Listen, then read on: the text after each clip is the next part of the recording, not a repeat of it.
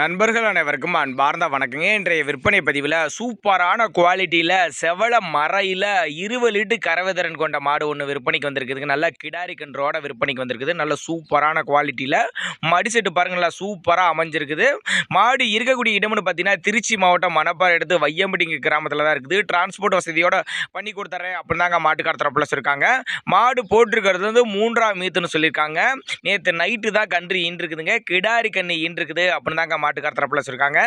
மாட்டுக்கு கண்ணுக்கு ரெண்டுக்குமே சுழி தவறல, சுழி சுத்தமான மாடு கண்ணுன்னு சொல்லியிருக்காங்க. எல்லா கிளைமேட்டுக்கு கொண்டு போனோம் அடா பண்ணிக்கும், மடி கூச்சலாத மாடு அப்படின்னு தாங்க மாட்டுக்கார தரப்புல சொல்லியிருக்காங்க.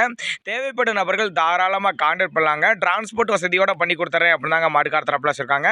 நல்லாவே ஒரு மேய்ச்சல் முறையில் வளர்க்கப்பட்ட மாடுங்கனால எல்லா கிளைமேட்டுக்கு கொண்டு போனோம் அடா பண்ணிக்கும், தண்ணி தவறுலாம் நல்லா அருமையாக எடுத்துக்கும். ஆண் பெண் யார் வேணாலும் பிடிச்சிக்கலாம் அப்படின்னு தாங்க மாட்டுக்கார தரப்புல சொல்லியிருக்காங்க. பல்ல பொறுத்தவரை கடைப்பல் முளைப்பு அப்படின்னு தாங்க மாட்டுக்கார தரப்புல சொல்லியிருக்காங்க. உங்களுக்கு தேவைப்படும் பட்சத்தில் தாராளமாக கான்டாக்ட் பண்ணலாம்.